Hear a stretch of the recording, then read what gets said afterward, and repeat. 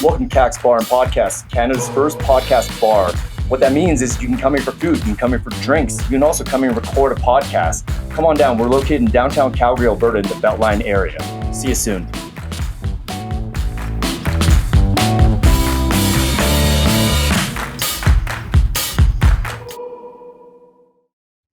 And we're rolling. I'm here today with Daniella Joy. She's a YouTuber, and specifically her YouTube is based around fitness and your body transformation journey, really. Do you want to tell people a little bit about the start, like how that channel start? Where was your body at the point? And Sure. So I started my channel back in 2020. Mm-hmm. Basically, I was documenting my journey on Instagram in 2017. Yeah. I had a lot of health issues around the way. Doctors didn't know what the heck was wrong with me. I had chronic pain. And that's kind of what got me to ballooning to almost 300 pounds. I was stressed. Oh, wow. Holy shit. Yeah. I was stressed. I was in debilitating back pain, hip pain. Like no one knew what was wrong with me. It was after I gave birth to my son. Mm-hmm. And it's like women give birth all the time. How the heck do you not know what's going on with me? Well, I found out it was my iliopsoas muscle. So like the psoas got torn and my pelvic floor. And when that's all not stabilized, it causes back pain and it goes down your leg. Yeah, everything just compounds and everything. Exactly. Because when you destroy the core, your core is everything. Yeah. It supports you everywhere. Mm-hmm. So that's what happened. And I was just documenting my journey online. And a lot of people on Instagram were like, you should do YouTube. Mm-hmm. I'm like, I don't know about YouTube, man. You know, because back then, this is like 2018, 17, YouTube was a bit dark with all the comments and whatnot. Yeah. So, Yeah. You gotta be in a healthy headspace to go on YouTube. People are ruthless. Mm-hmm. Yeah. But I think it's changed a bit. I find the YouTube community is actually way better now. Mm-hmm. But yeah, I started documenting my journey in 2020 when I was living in Toronto. In 2018, like what inspired you to document it then? Was it just like, do you just feel like, hey, you know what? I just want to do this for me, and at the same time, may as well throw it on Instagram or like what brought an inspiration at that point? What inspired me is that I really wanted to help inspire other people because I started losing weight when I saw another YouTuber named Gracie's Journey. Mm-hmm. I saw how successful she was. I saw how like she started off at like 243 pounds, but she's shorter than me, so it's basically like the same weight because it's like a height thing. And she inspired me because there weren't a lot of people online, like, you know, successfully losing weight. So I wanted to be that for another person. I want to inspire other people to like take charge of their lives, you know? Yeah. Like take control of your health and your fitness. Cause like when you look good, you feel good. And it's not about looking good. You know, like the gym is literally, or fitness in general is the way you get to the mind. Mm-hmm. Oh yeah. And that's like my mindset with it. Mm-hmm. Like more than anything, I work out for my mental health. Yeah. More than anything. Yeah, no, I totally get that. And I agree. It's when you say mind, I mean, there's literally the psychological as in you accomplish something, like, you know, but then it's everything. You also physically, mentally feel better. Like there's more blood flow to your brain. You're literally releasing like happy chemicals. I mean, I don't want to segue too far off yet because I want to hear more about your journey. But one thing I do want to say, I know was like mental health in the past, look, I don't have all the facts, but I speculate highly, okay, to the point where I believe this. It's like, I think people had less general mental health back then because they were moving around way more. Mm-hmm. Like from start to finish, your day was just way more physical. So you had more happy chemicals pumping. I really believe that because I just noticed them in my own world. Like my mood and perspective on things is completely different, whether or not I worked out that day. Literally like night and day. Yeah. So, but carry on. No, I agree. We'll get into that later. Mm-hmm. But so I started documenting my journey on YouTube and it grew from there. And then I had a YouTuber that went viral. I don't know, back in 2020, people were going viral because it was, you know, pandemic, everything was shut down. And there was this major big fitness YouTuber, Chloe Ting. She was like, I don't know if you ever heard of her. She didn't show up in my feed, but the internet's a huge place. You've heard. Okay. Yeah. And one of the girls that I was kind of like, we, you know, started our channel at the same time. Mm-hmm. She blew up. Her name's Beatrice Caruso. Okay. And she blew up. She literally went from like, I don't know, like a couple hundred subscribers overnight to oh my God, what is she at 350K? Holy now? shit. Wow. Yeah, it was really crazy. And she was a total body transformation, like she didn't do her body transformation. She's been struggling, but she was like a quirky personality. People like her and whatnot. Yeah. No, she's been struggling. And I want to talk about the dangers of YouTuber. I'm glad I lost my weight after like, you know, blowing up, because then you get caught up in the algorithm stuff and you get caught up in all that stuff. But when you're losing weight, it's not just about weight, it's transforming from within. So if you're focusing on the algorithm and you're focusing on getting, you know, that next brand deal and stuff, it's going to take away from your journey. And I feel like that happens to a lot of big weight loss YouTubers. A lot of them are not successful. Yeah. A lot of them are not. So yeah. But anyway, going back, she gave me a shout out and I really appreciate that.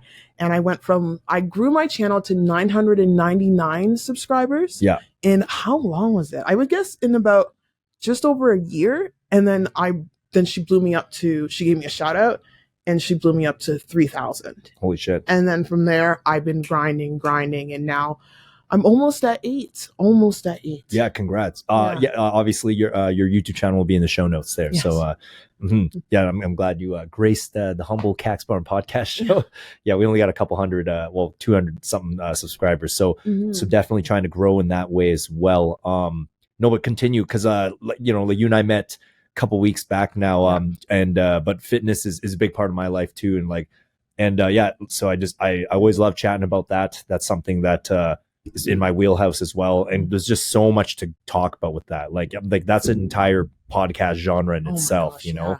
But just a couple questions for you, just so I can get to know you a little bit better too. Yeah. Prior to when you said after you gave birth to your son was when the weight kind of like ballooned up. Exactly. Like prior to that, was your body more standard, or was it? Yes, Okay. I was healthy. Yeah, I was healthy. I was working out back then too. Yeah. So I was Did always you play sports your whole life, or? Yeah, I'm naturally athletic. So when I was younger, I was good at volleyball, track. I have the fast twitch. My legs, if anyone sees me at the gym, they see my legs. Yeah. My legs are like just jacked. Yeah. They're just crazy. I got the fast twitch muscle fibers. So I'm an athlete like that. So running, jumping, so track. I did baseball, so softball. Yeah. I did volleyball, but mainly track. That was my thing. Yeah. Sick. Did you do any martial arts?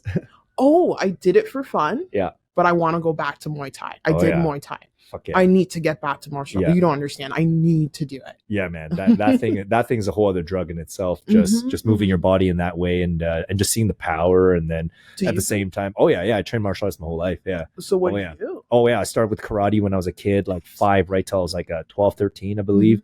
And then when high school, in junior high, I switched to regular sports, but then I started lifting when I was about like putting on some muscle when I was like 14, 15 when I started. I wanted to start sooner because Arnold Schwarzenegger was always one of my heroes. Like the instant I saw him, I'm pumping iron at Blockbuster or Roger's Video was back in the day. And I'm dating myself. No, but then I kept up with it. 18, I started doing MMA back then at the original BDB martial arts, which transitioned to Champions Creed. From there, there was Muay Thai, there was jiu-jitsu, no gi. I never did jiu-jitsu with a gi. Okay. Did some wrestling in those classes too. Nice. Trained at Knuckles, trained at Cardinal MMA Jiu-Jitsu. Like I wanted to be an MMA fighter at one point. Yeah, like it was like I was doing it quite a bit, and I was also lifting all the time. Never ended up taking a pro fight because I realized full on it's all in. Like you can't just that's not if you're just signing up to go fight someone, you that should be the most important thing you're doing, because you can die in there. So But but I always kept up like an active lifestyle my whole life. Like I've never been out of shape. So it's like it's always been pretty lean and stuff. But but carry on. Yeah. So just been doing fitness. I'm naturally athletic. I need to move. Yeah. If I don't move, I lose my freaking mind. Yeah. So meaning that I get anxiety. Like exercise is literally my anti-anxiety. I say this on my channel all the time. Yeah. Like I couldn't, after the car accident, I'll get to that later, I couldn't exercise for months, and again it got me depressed. Yeah. So cue in to when I gave birth. When this car accident happen? It happened in 2022. Oh, okay. May. Okay. Yeah. Okay. I hit my head pretty hard. I got sideswiped by a girl who ignored a stop sign in Chestermere. Hit my head, my neck, my head, neck, shoulder, hip, and knee. Yeah. All messed up. Oh, Jesus. But guess what the remedy to that is? Fitness. Still moving. Yes, working out. I got a personal trainer now and everything. It's all about healing your body through exercise. Yeah. So yeah, Karen, yeah, like our mutual friend Rachel, she did actually mention about your car accident, and then yeah, I for some reason I didn't target that. I was thinking more of your before your son's birth journey. Okay, but let's rewind for a second here. What initiated originally, like, just all that like drastic weight increase then? Like like pain. You said pain. Okay. The pain. So basically 6 months postpartum, I tried to go back to the gym. Yeah. And I couldn't. Okay. I went and did an up down plank. So I'm in a forearm plank to just going up to your hands, straight hand, arm plank. And I felt this sharp pain in my back. And I'm like, what the heck is going on? Yeah. And then just downhill from there. This is literally just a result of childbirth? Yeah, it was a very difficult childbirth. He came out sunny side up. They put Pitocin on me. They forced me to have birth. I wasn't ready. It was like a week before, but generally when women first give birth, they go later. Yeah. It takes later. So I don't know what the heck happened, but basically I probably should have had a C-section, but I didn't want one. Okay. I kind of I wanted to do, because back then Facebook was brainwashing us women, natural, you know, all this stuff, breastfeeding, blah, blah, blah, which was fine. But like, I was told by a doctor that my canal is too narrow. So I need to have a C-section. Okay. Yeah. So that's what happened. Everything was fine until he was coming out. And then that's when things went downhill. And I just remember feeling this sharp pain in my like iliopsoas muscle. So literally just sharp pain. And then, even with the epidural and everything. So that's what did it. They still don't know to this day, but the cure to it is exercise and physio and all that, just strengthening my core, my glutes, my legs, even more, even though they're strong, but get them even stronger and all of that. So what brought me to gaining the weight is because I turned to food for comfort. Like, I learned this: when you're in pain and emotion are both in the same part of the mind. So when that's triggered, it causes a lot of people to just binge eat. Plus I couldn't work out. Yeah. That was my outlet, right? Yeah. I couldn't work out. So that got me really, really freaking depressed. Oh geez. And up to that point, was your like diet just normal? And then now, was it just excessive calories, or was it like fast food? It was normal, and then it went fast food. I was ordering McDonald's, chocolate chips. Yeah. Chocolate. I was eating like garbage. I felt like garbage. I hated life. And I was like 24 years old. Yeah. It sucked. And I was like, you know what? I can't live like this anymore. And I hate, first of all, sorry that happened to you. And I want to point out, because from being athletic to losing it for a sec, it's almost like you lost your powers. If you're like a superhero, it's like you lost your powers, because you're like carrying around an athletic frame. You can do a bunch of stuff, and all of a sudden now you can't. Like, I can only imagine the compounding psychological effects that must have had.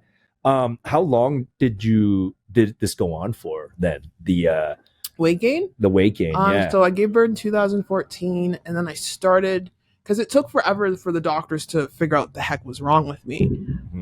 So 2017, I was hospitalized for depression and anxiety. I talked about this on my channel. Was hospitalized in 2017. I was like, I can't live like this anymore. I need to do better for myself. Yeah. So that's when I went back to my doctor. I'm like, you need to figure out what the heck's wrong with me. Because I had an MRI.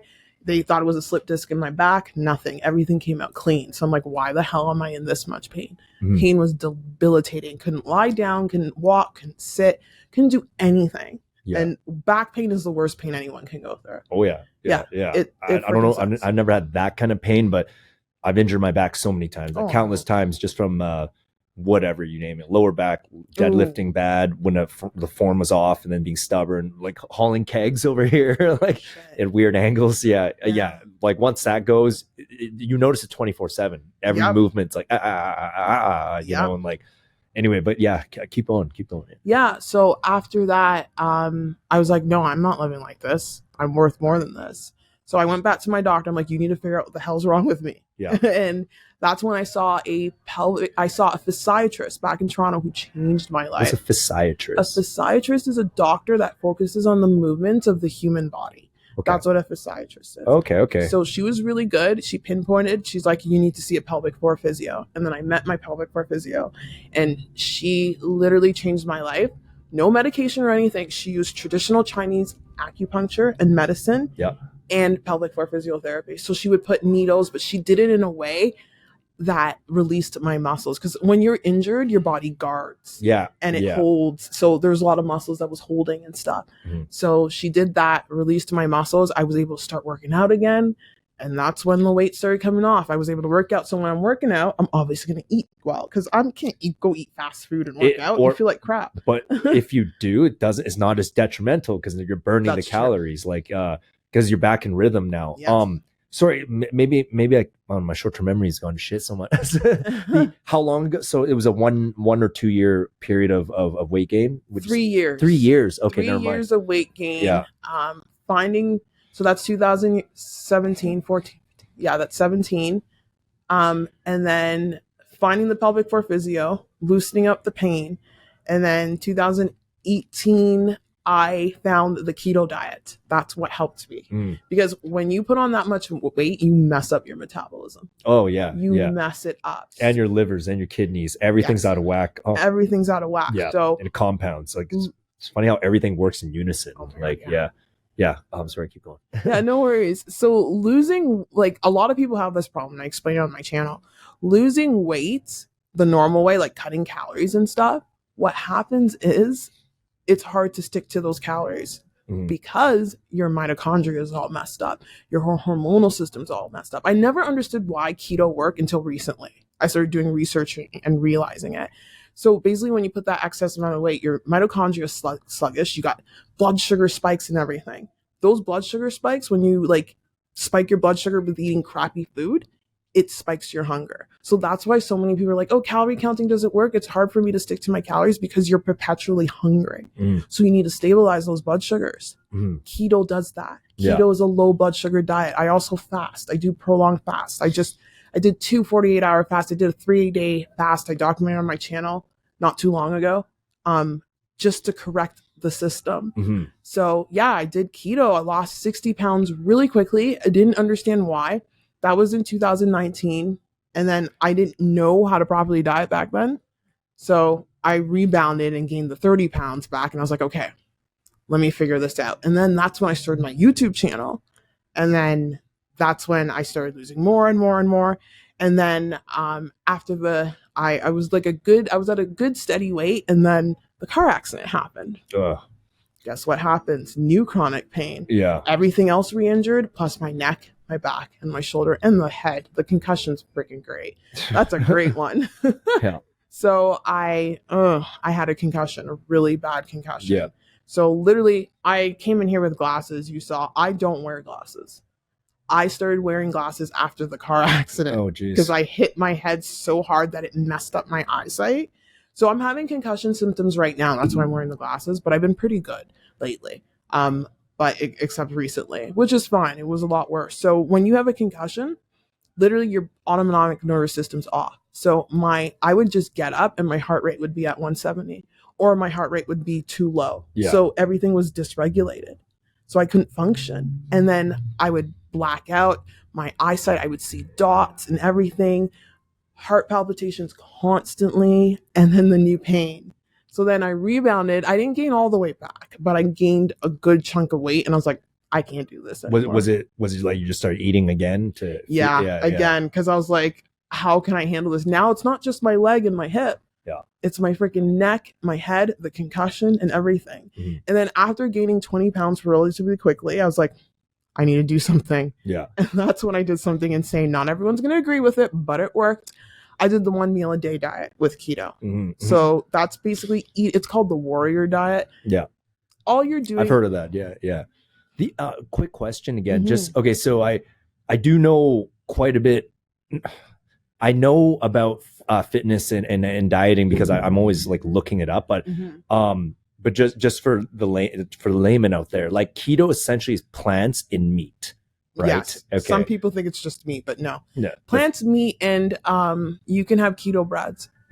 Basically, but it's no flour essentially of any kind. Basically, like no gluten, no like low carbs. Basically, right? Like we're talking about is just salad, not like it's basically salads, but plants, vegetables, and meat essentially is the keto diet. Right. Well, Yes, it is. But you got to look. You could have starches and stuff on it, but I wouldn't recommend it. It's going to be hard. But the keto diet is basically, let's make it simple here, keeping your carbs, net carbs, under 50 grams. Okay. So net carbs is your total carbs minus fiber. Minus fiber. So that's why you can have the keto breads. Like I had some this morning. Keto bread's great because it's high in fiber. It's just like high fiber stuff, which is good. It's stuff you should be eating anyway. Yeah. Fiber is good for you. So that's the keto diet. Now, there's specific versions of it, like the 80-20 keto diet, which is what I did with OMAD. So that's making sure you're keeping your fat pretty high. So your fat at 80%, your protein's moderate. So I would go literally no more than 100 grams of protein per day. And for the layman, again, people always confuse what fat means. Like fat is oils, essentially. Yeah, like that's because everyone's like fat. Like I remember just talking at length about diet with one of my people that I know that is, you know, pretty out of shape and stuff. But it took like almost 2 hours in the conversation, like before he realized I meant fat meant oils. Because he kept confusing it, just, you know, because he doesn't know. But some people, they don't know this stuff. They don't know this stuff, right? Like they've just like there's things that we have no concept of, so we have no concept of. And some people have never been in a gym or really tried to take charge of their diet or have a true understanding of, you know, like food and stuff. Like they confuse it. They kept thinking fat. That means, wait, have fast food, or like, you know, it's like or have candy, because isn't candy turned into fat? And then it's like where it's like the verbiage I've noticed is what confuses a lot of people. Yeah. Oh, some people have like they just don't understand the verbiage, and I sympathize with them, because like I'm like that for other topics. Like I'll sound like a complete dummy for something that I have no concept of, right? And it's just but to make it simple, like fats is oils, like so go on. Yeah, I think everyone should be aware of that stuff, because everyone has a body. Yeah. You know what I mean? Take a look at how many people don't take care of their body. Exactly. You know, everyone has a body, so you got to take care of it. So I did 1 meal a day. 1 meal a day? Yeah, so I started 1 meal a day as a tool to help me restrict my binge eating, because clearly I struggle with it. And I was just like, let me try this 1 meal a day thing. I always thought it was stupid, but I needed control because I was in pain. I didn't know what to do. I kept turning to food. I'm like, I'm not going to go back to almost 300 pounds again. No way in hell. Yeah. So I started doing 1 meal a day. So basically I was fasting for 20 hours a day. And I used it as a tool to help keep me in a calorie deficit. So I would eat about like 1,200 to 1,500 calories. And mind you, at this time, I was obese. I was at an obese weight. So I can get away. But people don't understand this, because people get so weird about calories. But if you are eating a certain amount of calories and you're not cutting, and the same thing goes for gaining too. If you gotta keep going down. So I did that, and it worked. What time would you typically eat then? 6:00 p.m. So 6 p.m. dinner time. Yes. Okay. Dinner time. And at dinner time, is it you just talked about the calories. Is it unlimited calorie? Like just however much? Okay. No, a lot of people do unlimited. No. No way in hell. It has to be monitored, because you can gain weight on OMAD. It's still a calorie gain. Yeah. Right? You can gain weight on what, sorry? OMAD. OMAD is 1 meal a day. Oh, okay. Yeah. That's what they call it on. Right. I guess you're right. If you're having 1 meal a day, but it's all Snickers bars in one shot, then it defeats the purpose. Right. Yeah. Like the goal, OMAD, I call it a metabolic diet. So the key is you're fasting all throughout the day. It's keeping that blood sugar levels low. Yeah. Pair it with keto, you get even magic, because again, it crushes the hunger. Right. So I did that, and I just dropped a ton. And I got to my lowest of like 169, which is for me, because I'm very built. I'm muscular. I got broad shoulders, my legs and my chest. That is very lean for me. And you felt great, like energy wise and everything? Yes. Okay. I felt amazing. And I did that through recovering through the car accident. Yeah. So me not sleeping for 8 months, it was really bad because of the concussion, insomnia. Me not sleeping for 8 months, me on all sorts of medication. Yeah. My knee being messed up, my shoulder being messed up, seeing physios weekly, multiple physios weekly. Yeah. I did that. So, yeah. Do you think in the past our ancestors had the OMAD is called? OMAD. The OMAD diet, probably? Like, because definitely. Yeah, because we just think about just the structure of a day in the past, because there's no refrigeration, no microwaves, there's no like trucks that deliver cars food to you. I mean, each day has to be big chunk of it spent as a collective preparing the main meal for the nighttime. So I think like I think that OMAD, like 1 meal a day, is actually quite more like natural to our bodies, I think, to a certain extent. Our bodies were designed for feast and famine. Reason why we're seeing incredible obesity rates, again, you touched on it earlier. Yeah. People aren't moving, right? Yeah. Couple that with the crap food we're eating. Yeah. With the fructose, the sugar. And then the 3 meals a day or whatever. Yeah. Like, that's fine if you're working out and you're physical. But a lot of people are sitting on their butts doing desk jobs all day. Mm-hmm. So that compounds. We're seeing 21st century diseases, like things like Alzheimer's, which is actually type 3 diabetes for the brain. We're starting to learn that. It's actually an insulin issue. So that's related to the food. So there's that.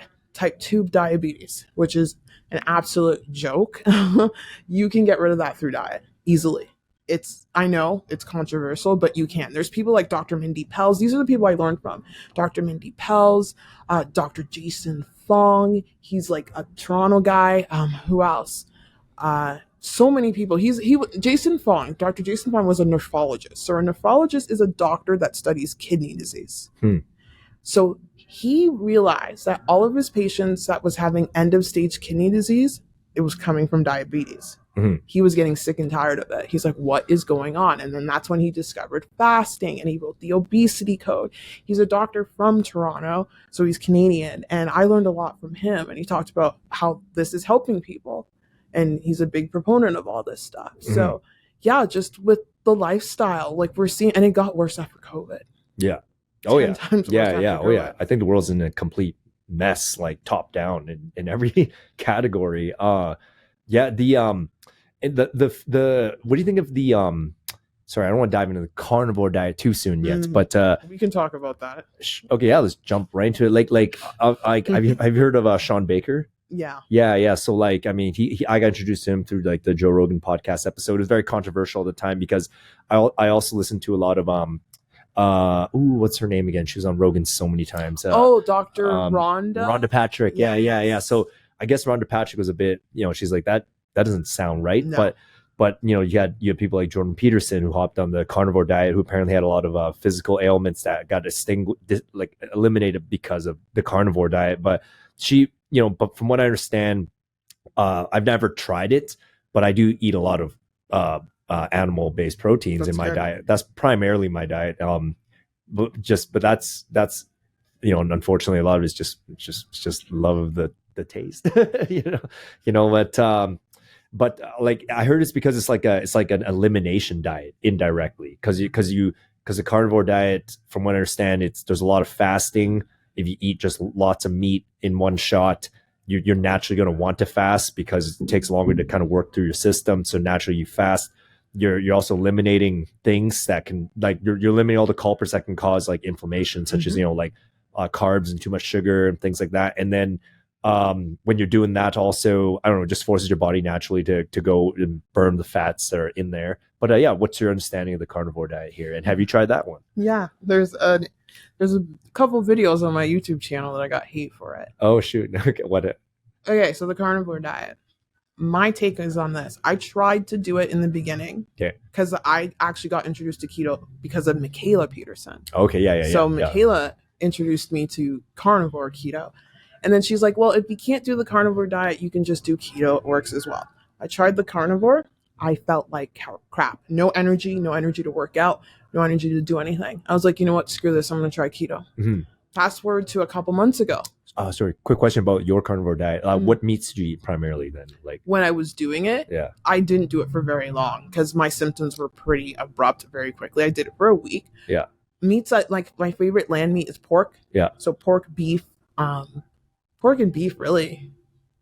Maybe some fish. You were just eating pork and beef one time a day. Were you coupling with I was doing it throughout the day. Okay. It's just pork and beef. Like, I did couple it with 1 meal a day later on. This is 2 years later. This is when I first started losing weight. Okay. And then I jumped into keto, and that's when keto started things. So I didn't have any energy. And I was like, screw this. I want to work out. I need energy to work out. Yeah. Then fast forward to recently, I tried the carnivore diet again because I thought it was a great tool to actually stay in a calorie deficit. Yeah. However, 3 days later, I didn't have any energy. And again, I was ostracized on my channel. You can see the videos where I was not eating the right meats. I wasn't eating enough, like fatty meats. But that's the like thing red is, meat. I don't want to eat more because I was told when you do the carnivore diet, you have to eat a lot of food. But I don't want to eat a lot of food. I want to lose weight. I'm not like, so I was uncomfortable with eating 2,000 calories. But I know they said over time it would help, but I didn't want to stuff my face with all that food because I'm a binge eater. I don't want to do that. I want to learn how to eat light throughout the day. Like right now I'm eating 300 calorie keto meals and I'm full. Like today I worked out and everything. I think I ate about like 700 calories and I'm nice and full. I'm obviously not going to stay there, but that's the key. I'm trying to hack my mind so I don't want to eat anymore. Yeah. So, with carnivore, I just did not have any energy. And I've had people on my channel say the same thing. This one girl, she tried carnivore. She did it for about a couple months. And she was like, it was great. And then she didn't have energy. Like one thing it's becoming blatantly clear, without getting all these experts arguing and or like saying what I'm about to say is wrong.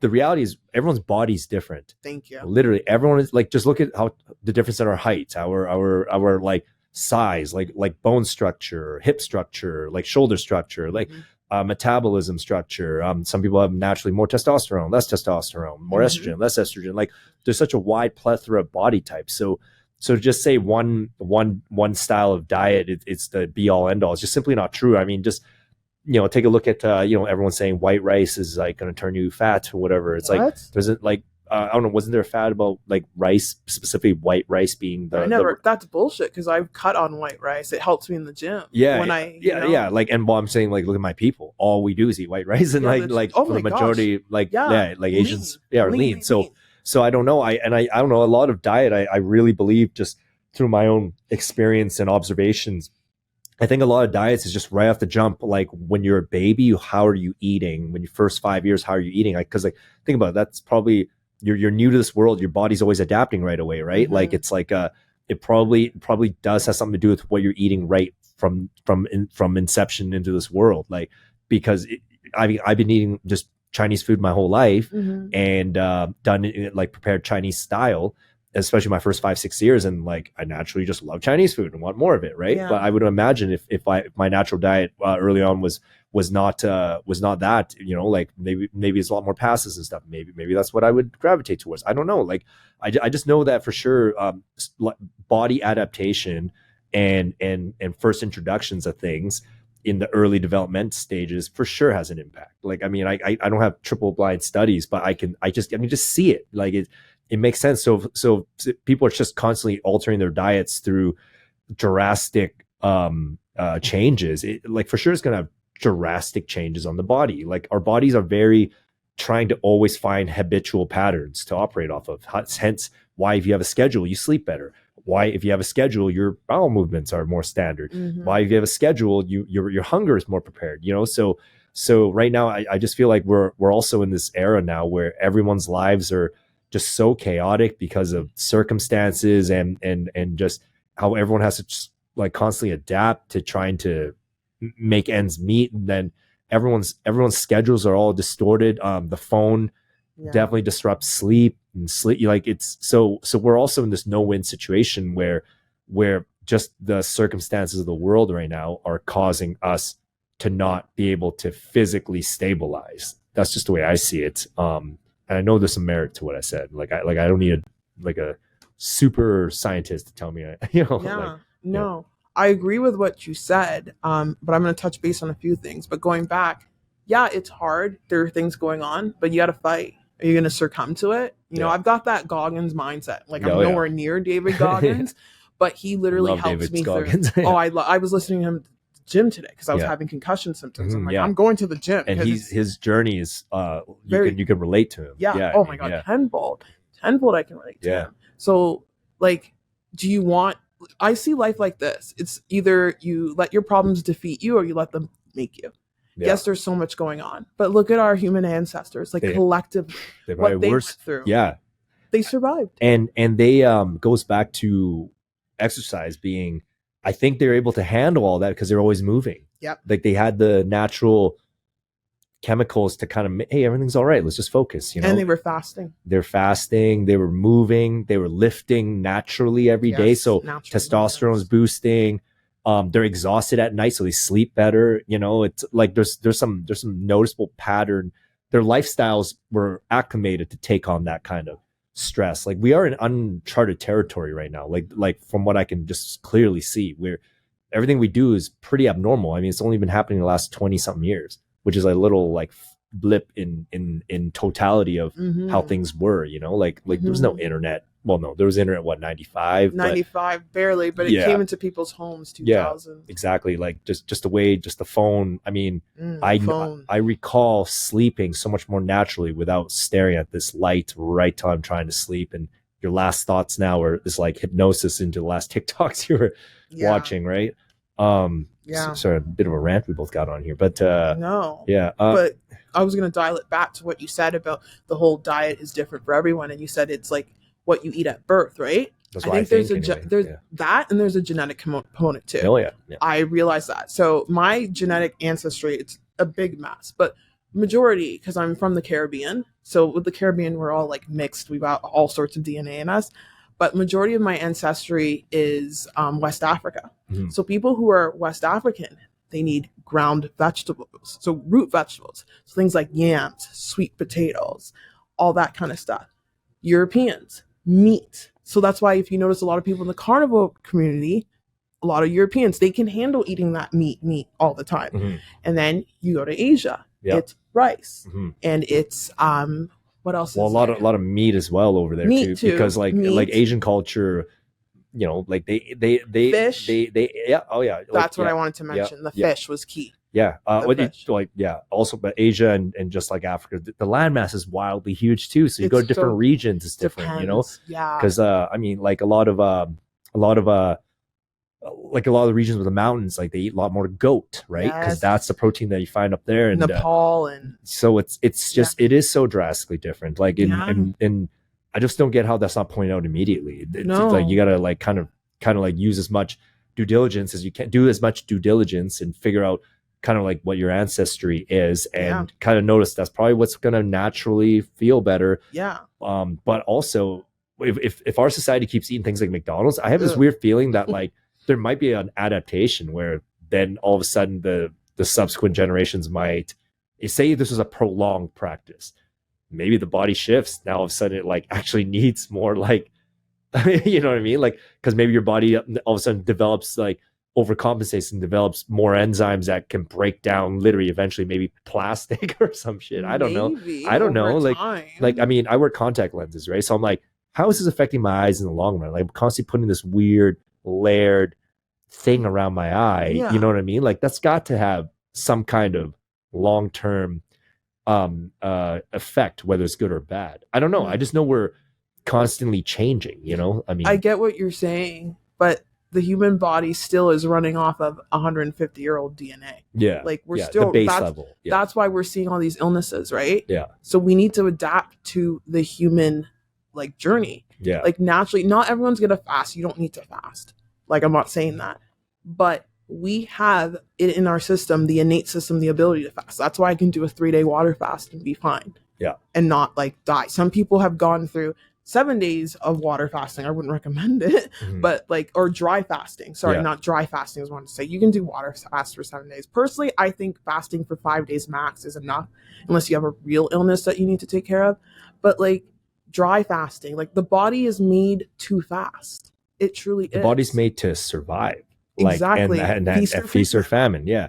That there's some people who's, I think it was Jocko Willink. I heard on his podcast. Yeah. Oh, I love Jocko. That guy should be king of the world, really. Yeah.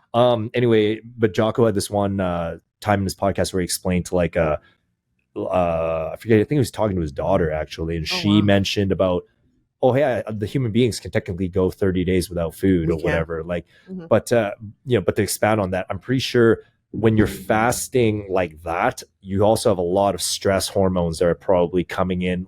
And when I say stress hormones, I mean, because you probably have a heightened adrenaline state. Like you're in a feast or famine. You've probably been hunting for a while. Because I've noticed when like sometimes I'll have workouts where I'm like, oh man, I have to get it in today. I didn't get my workout in, but I'm like, man, but I didn't eat. And then my brain just has this like, you have to go hit the gym for the myriad of reasons why, you know, like 1, health, 2, you have your goals, 3, you said you would do it. And then all of a sudden it's weird. I feel like I'm in a like fighting state almost. And then when I get into the gym, like those are some of my best workouts. Like I'm lifting stronger than had I had 10 hours of sleep. My testosterone all of a sudden kind of boosts as I go into the gym, and I can feel it. And I'm just kind of sitting there like, but this was the day I didn't eat breakfast or lunch and I slept only 3 hours. And then I started realizing a bit of stress hormone was kick starting the body into being able to do something difficult. But then I tried the same thing the next day because I was like, wow, you know, if I got by off that, then the next day was a crash. And then I thought, it's because I worked out super hard the day before. And I started realizing, no, like my body, like it's miraculous as in it can adapt to what it thinks is like a crazy situation. But if it's prolonged and it doesn't see an end, then it will go reverse and try to make you slow down because it's trying to, like, the body's tricky. That's what I'm trying to realize. It's not this predictable thing, but you can notice enough patterns with all I'm trying to say with regards to the fasting for 30 days thing. I know that the heightened like trying to survive had something to do with why he was able to do that. If you're just straight telling yourself, I'm not gonna eat for 30 days and like just drink water and watch TV, like I think a myriad of weird things are gonna go down, like, you know, because your body's like, eat, dude, eat. You know, but when you're trying to survive, it's probably like, okay, let's survive. Okay, this coast is clear, now eat. And I don't know. I just know the body for sure is supposed to interface with the world at a physical level all the time. Not be stagnantly sitting here interfacing with the world psychologically. Oh my gosh, these cell phones. I say that as a content creator, but there's a balance. But I love that how you said that. There's a word, I'm probably going to say it wrong, but it's called hormonic stress. Our body needs to have a constant state of stress, not a constant state of stress, but a slight state of stress to respond. Sometimes it's good for us. It's how we adapt. So just like how you said, when you work, you didn't sleep, but you had a good workout, right? That's your body adapting to that. People in the carnivore community are like, plants are evil, they're toxic, there's a response, but that little bit of stress is fine. Survival of the sickest. The reason why we survive all these diseases, like illnesses, if you think of it, like there's like indigenous populations that haven't been like exposed to like the rest of the world, and then they get like the diseases and all of that. You know what I mean? There's this book called Survival of the Sickest. So basically, when you get sick, you build your strength. So you need to go through a bit of stress to build strength. Yeah, I can comment even more on my theory on that, because have you noticed people who they never retire and they keep working, all of a sudden they're like, they're 80 and they're still doing stuff, and then but the instant they stop working they die like within a year, and they get hyper sick. And like it's I agree, and I it's not like I agree with an opinion. I've seen it in myself, like it's your body literally stays younger as if you're constantly overcoming stress and like, you know, as in difficulties and like that stress hormone definitely activates everything. But this is the tricky conundrum though, because it's almost like you can always live better, longer, as long as you have challenges. But then you don't get to relax really. Like you might get little blips of relaxing one day a week, maybe an afternoon if you're lucky. But the idea is like there never is a state of like, like everything's complete. Like you don't get that. When you make peace with that, then you're also thinking like, oh man, so life, you never really get to really, really, really enjoy it. And it's balance. Okay, yeah, go on. It's all about balance. That's what people have to realize. It's balance. So just like with the whole 30-day of fasting thing, no, it's balance. You ease your way into fasting. Just like with, when you're saying that 3 hours of sleep, no food, you can do that once, but you can't do that every day. It's balance. There's a balance between everything. Yeah. And I guess that gets more into spiritual realm. You're right. There is balance of things. I suppose what I was trying to word more of was, I don't know, I'm sorting out my thoughts in real time right now, but when you're a kid, I don't know if you had this, but when I was a kid and I was really young, maybe 4 or 5 or 6, and I remember like thinking about the world and being like, how does all of this get done? I remember just thinking like, how does this garbage man like take the garbage out? Like, because I'm a little kid, I have no concept yet, but I remember thinking like, you know what, I don't have to worry about that for at least another 10, 12 years, and I go out and play, right? I remember that true relaxed joy of playing, and like that true joy of like of like knowing, oh, I don't really have problems yet in the horizon. Like I remember that feeling so clearly, because it was just a combination of feeling relief, happy, excited, so excited, energetic, and like, but then as you get older and become an adult and you have to always be handling your business, and you start to notice, oh, when I'm not challenging myself, I go downhill. If I'm not challenging myself in too much, I go downhill. Mm-hmm. If I don't have purpose, I go downhill. If I have too much purpose, then I don't have a social life. Like, it's like, basically, I realize now, like, the true relaxing and enjoying is for childhood. I think I'm making a bold statement here, but I think afterwards, it's your whole life is balancing out duty, obligation, and constantly embracing challenges, because without that, you will disintegrate fast and die young, or catch diseases at an earlier state. That's what I believe now. So a simple thing about my rant here is that a lifestyle that can mitigate all that and keep that more simple is exercise, because that's like now like an artificially induced challenge. Like, even if you're super rich all the time, you see rich people get, out of shape super badly, and then and like they're just a mess by the time they're 60. It's like, it's because they yeah, that guy, yeah, they don't keep like exercise in their life, so by keeping that, I think it's like the best simulated difficult thing, because when you're very wealthy, you don't really need challenges per se. Well, that's why, like Goggins, he's always challenging himself, because if you don't, you'll get weak. You look at Conor McGregor. This is coming out now. There's a YouTuber that I'm kind of like connected with. Conor McGregor just had an overdose on camera. So what do you talk? Well, sorry, like, it was today. Just happened now? It happened recently. Was it the Jake Gyllenhaal interview? Yeah. When he's like, he's twitching, twitching. Yeah, I saw that too. But they're saying he was ODing. That's what they were saying. Oh, jeez. Yeah. I gotta look up immediately. Watch the video. There's a guy I watch, John Bravo TV. Okay. He DMs me on Instagram. We DM each other here and there. He's a good guy. Yeah. He covers like stuff on fitness and stuff. Yeah. He's doing a video on it. I gotta watch it and get the details. Okay. Yeah. But I saw him tweaking for sure on the Jake Gyllenhaal. He had one interview with Jake Gyllenhaal. He was clearly tweaking, and I felt real bad, man, because like I love Conor McGregor. So he's not perfect, but man, he's a fascinating character. He is very fascinating, but like, well, like you were saying, everything's about challenge. There's no time for like play, kind of like the childlike thing. Yeah, it's just what I feel like. I have to disagree. Okay, because it's so important to have that. And you have to find that, because you're not going to be able to sustain the other adult things if you don't find that peace, And for me, I meditate a lot. I'm very like spiritual. I meditate. I do those kind of things. I've been listening to this Buddhist monk on YouTube yesterday. I started just listening to him, and just like he talked about finding happiness and all of that, and just being in the present moment. And he talks about, interacting with people, like how to deal with difficult people, how to deal with, finding love or being in the right relationship or whatever. He was talking about all this stuff. And I think it's so important that we have to take care of that spiritual side of ourselves. We have to. Yeah. And I find that joy and peace through meditation, through visualization, through all that stuff. Because if you don't have that, the world's just going to knock you down. So for me, my happy place is exercise. But yes, it's also meditating. It's also being in nature.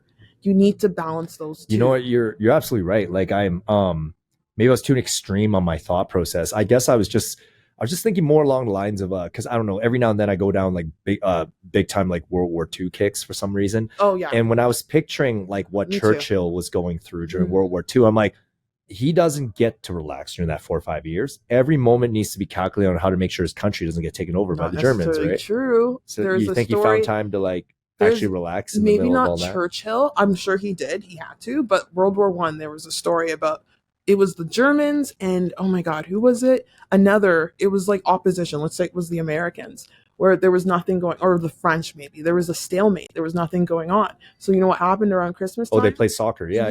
Okay. So like, you got to find peace through chaos. There is peace in chaos. There is. And that's the key. And people don't see that, and they get lost in the chaos. But you have to, like, the reason why I was able to lose weight and make this transformation throughout this chaos in my life with my head, my injuries and all that, is because I found my peace. I found my strength in that chaos. So like, that's where the spiritual thing comes in. That's where you got to, and that's why I like Goggins, you know, the mental garage, finding things like to him, what he does, his running, that makes him happy. That is his peace. His challenging himself, that is his peace. So yeah, that's my take on it. Yeah, I think I'm no, I get what you're saying, and I do agree, because I don't want to be in a perpetual state of war, if you will, psychological war with my we're not with meant my goals. to be in that state. Like I want to have fun too.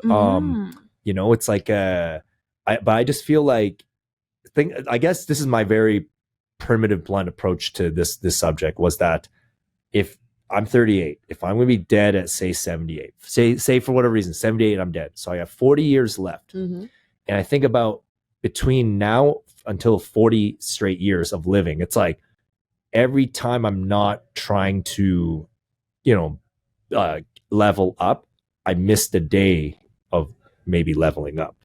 Do you kind of know what I mean? Because it depends on what you want. Like if sometimes I ask myself, like, you know, because right now, like I'm an entrepreneur and I'm trying to keep everything going, and I'm trying to create something with this podcast, and I have this vision in my head of becoming just living a really awesome life where I'm like I'm already doing it, but even more like more abundance of what I'm trying to picture. Like I want to, like today I'm having a great conversation with you, right? Like I want to keep having conversations with like people who are like know stuff I don't know, or been through stuff I haven't been through, and like I just want to keep leveling up and going and just having podcasts spread the word about what I talked about, or then just having somewhere I'm hanging out with people.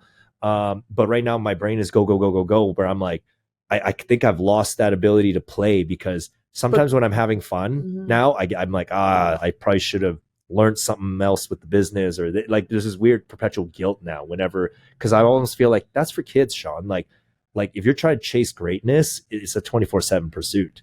Yeah. So then I was like, what do you want? Do you want rest is productive, though. I don't mean to cut you off, but rest is productive. Being playful, that's productive. That's still you going towards your goals. Yeah. Because you got to take care of you while going towards your goals. Yeah. Like it's good to have that grind. You need to have that grind, but you also need to schedule in days where you have that fun. Yeah. It doesn't have to be every day, of course not. But that once in a while, you have a day where you're just like, I'm just gonna chill, and not a whole day, but like even like a couple hours. Yeah. I guess what I'm trying to say is my mind can't turn off now, even when I have those. That's what I've noticed. Like when I was a kid and I watched a movie, man, I was immersed in that movie. Like it was like full on escapism. I remember like just whoa, like so happy. Now anything I watch, it's weird. Like my brain is in the back, it's just like thinking about the business and like goals, like competitors, you know, like it's like I'm sitting here like and like I kept trying to find a way to really enjoy, but for now it seems like my mind hasn't found a way to enjoy as much, which is a pretty sad. No, you need to, like, have you ever heard of Eckhart Tolle? Oh yeah. He talks about that, how he's worked with many people, billionaires, like billionaires. You know, he has access to billionaires because Oprah's the one that got him his. He talks about that, and he's like, there's these billionaires and they feel empty inside. Even Goggins talk about this. These people with all this money and they feel empty inside. Yeah. You got to find your grind. You got to find what makes you happy. And again, Goggins, it's the running, it's the fitness, it's the that. Yeah. For me, it's helping other people. Like I want to grow my business. I want to help people. I want to coach people. I'm actually becoming a personal trainer right now. I'm studying to do that. So it's like, you know, and then I find my peace from all of that, being in nature, just being with chill people that uplift me. You are the company you keep. You got to be careful who you hang out with because they can drain you. True. They can, you know, they can make you think like you're not doing enough or you're not, you know, you're not big enough. Like it's great to have ambition. I might have overcorrected, I think, with the pursuit of my goals. You're right. You know what? That's something I'll cause it's definitely like compounded, I guess, in the last, I really noticed around November's when my mind did this weird thing where I'm like, man, I used to enjoy it, but that's like, a good thing. You noticed. It was literally like as if you went outside without a jacket. It was like night and day because I was like watching like something I used to like, and my brain was sitting there like, don't watch this, watch something more productive. And then I was like, no, but I like this, no matter what it was, you know, like maybe it's a silly Family Guy rerun or something, right? My brain's just like, no time. Like you already enjoyed that period, like that was when you were a kid, and I've noticed it affect my mood and stuff too. So I'm like, you know what, like, you know, I think I'm gonna consciously try to like take some more time for me again, because maybe I just overdid the you know, because like, yeah, like Kaks, like, I mean, just starting a business is all encompassing, man. It's like so it's like but right now I think I might have reached the point where I'm like, you know what, I do need a vacation. Yeah. You know, like, don't feel guilty about taking it. No.